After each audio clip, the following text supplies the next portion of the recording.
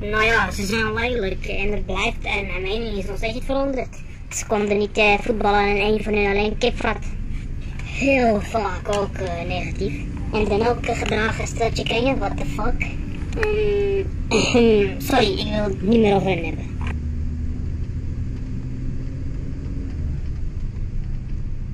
Nou ja, ik heb helemaal niks meer over hen te vertellen. Nou ja, die wedstrijden, die ga ik nooit meer van mijn leven terugkijken.